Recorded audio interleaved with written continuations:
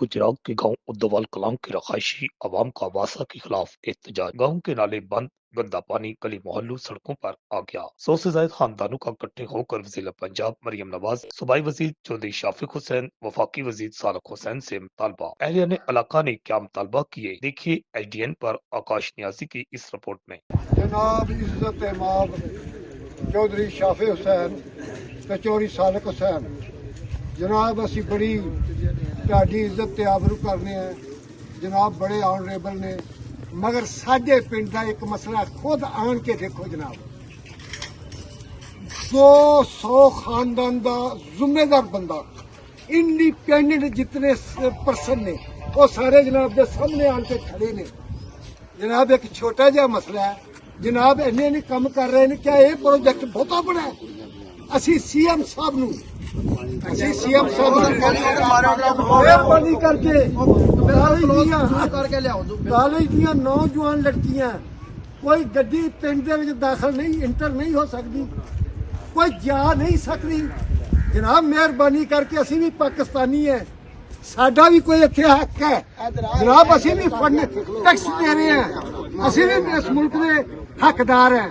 क्या ये ना इंसाफी नहीं कि इस दौर में ना पिंड आउण नूं जगह ना जाण नूं जगह? कोई ख्याल नहीं।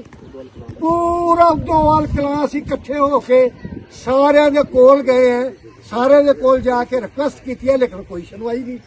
मेहरबानी फरमा के असी CM साहब अगे रिक्वेस्ट करने हैं, CM साहब फिल फॉर इमीडिएटेड मेहरबानी करके अपने आला हुक्म सादर फरमा के अज ही अमल दरामद किया जाए। 200 खानदान का इंडिपेंडेंट परसन साढ़े सामने खड़ा है, जरा रिक्वेस्ट कर रहे हैं। साड़ी कोई सुनवाई नहीं है। असी इस मुल्क के मेन साढ़े असी हकदार हैं। असी 100 साल तो सारे बंदे इतने आबाद है जनाब, कोई सुनवाई नहीं।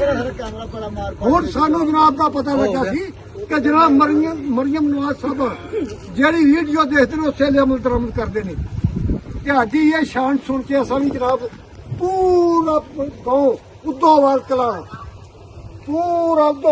इकट्ठा होके तुहानू जनाब मौके ते पूरा हालात, पूरी पानी की फिल्म देखो कैसी औरतें आ रही ने, कैसी जलालत इंसान नीयत के खिलाफ है।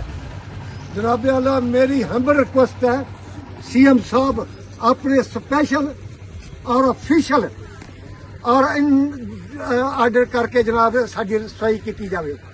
ਸਾਡੇ ਪਿੰਡ ਵਾਸਤੇ ਬੜੀ ਪਰੇਸ਼ਾਨੀ ਹੈ। 5 ਸਾਲ ਤੋਂ ਅਸੀਂ ਜ਼ਰੀਲੋ ਖੁਆਰ ਹੋ ਰਹੇ ਹਾਂ। ਗਵਰਨਮੈਂਟ ਦੇ ਅਦਾਰਿਆਂ ਕੋਲ ਜਾ ਬੈਠੇ ਆ, ਦਰਖਾਸਤਾਂ ਲਿਖ ਕੇ ਦੇ ਬੈਠੇ ਆ, ਹਰ ਤਰ੍ਹਾਂ ਦੀ ਅਸੀਂ ਦੌੜ ਭੱਜ ਕੀਤੀ ਹੈ, ਲੇਕਿਨ ਕਿਸੇ ਬੰਦੇ ਸਾਡੀ ਗੱਲ ਨਹੀਂ ਸੁਣੀ। ਇਹ ਵੇਖ ਲਓ ਜੋ ਕੋਈ ਸਾਡੇ ਪਿੰਡ ਦਾ ਹਾਲ ਹੈ ਕਿ ਸਾਡੀਆਂ ਕਬਰਾਂ ਜਿਹੜੀਆਂ ਨੇ ਉਹ ਡੁੱਬਣ ਵਾਲੀਆਂ ਹੋ ਗਈਆਂ ਨੇ ਤੇ ਨਾ ਕੋਈ ਪਿੰਡੂ ਬੰਦਾ ਬਾਹਰ ਜਾ ਸਕਦਾ ਤੇ ਨਾ ਹੀ ਕੋਈ ਵੜਨ ਦਾ ਰਾਹ ਹੈ। ਇਹ ਮਿਹਰਬਾਨੀ ਕਰਕੇ ਵਜ਼ੀਰ ਆਜ਼ਮ ਸਾਹਿਬ ਅੱਗੇ, ਵਜ਼ੀਰ ਆਲਾ ਸਾਹਿਬ ਅੱਗੇ ਸਾਡੀ ਇਤਜਾਬ ਹੈ ਕਿ ਟੈਕਸ ਤੇ ਸਾਰੇ ਪਾਉਂਦੇ ਹੋ ਪਏ ਸਾਨੂੰ, ਕਦੇ ਵਾਸਾ ਦਾ ਪਾਉਂਦੇ ਹੋ, ਕਦੇ ਦੂਜੇ ਪਾਉਂਦੇ ਹੋ। ਇਹ ਮਿਹਰਬਾਨੀ ਕਰਕੇ ਸਾਡੇ ਪਿੰਡ ਦਾ ਕੋਈ ਹੱਲ ਕਰ ਦਿਓ।